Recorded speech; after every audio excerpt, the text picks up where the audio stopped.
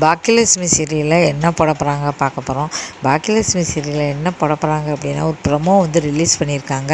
அதில் இனியா பார்த்திங்கன்னா ஏற்கனவே நியூஸ் சேனல் தான் வேலை பார்க்குறாங்க. அப்போ பார்த்திங்கன்னா ஒரு தகவல் அடிப்படையில் பார்த்திங்கன்னா கணவர் பார்க்குறாங்க. அவரோட கணவரோட ஃபோட்டோ எல்லாமே போட்டிருக்கு. ஒரு கெட்ட தவறான ஒரு பழக்கத்துக்கு அடிமையானவங்க அப்படின்னு சொல்லிட்டு அதில் யார் யார் இருக்காங்கன்னு பார்த்தாலும் அதில் நித்தீஷ் ஃபோட்டோ போட்டிருக்கு. இதை பார்த்து அப்படி திகச்சு போகிறாங்க.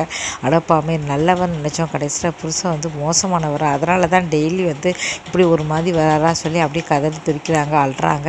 அதுக்கப்புறம் நேரம் கோபியை வீட்டுக்கு வராங்க. உடனே கோபி பார்க்குறா, என்ன ஏன் ஒரு மாதிரி இருக்க, என்ன ஆச்சு அப்படி கேட்குறாரு.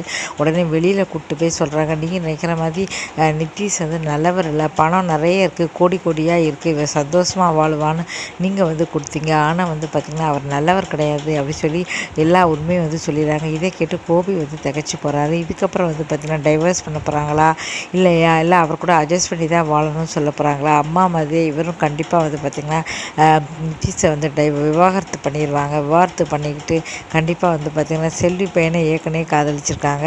அதனால் ஆகாஷை தான் ரெண்டாம் தடவை கல்யாணம் பண்ணி அதுக்கப்புறம் பாக்கியாவும் 2 பேரும் இணையிற மாதிரி அதோட சுபம் போடுற மாதிரி தான் இருக்குது. இப்போ பார்த்திங்கன்னா அதுக்கப்புறம் பார்த்திங்கன்னா பாக்கியாவும் கடைசியில் கோபியை ஒன்று சேர்ந்துற மாதிரி தான் வச்சுருக்காங்க. என்ன தான் இருந்தாலும் சரி கணவர் அப்படின்னு சொல்லிட்டு அவர் கூடவே சேர்ந்துடுறாரு. அப்படி தான் காட்டுறாங்க.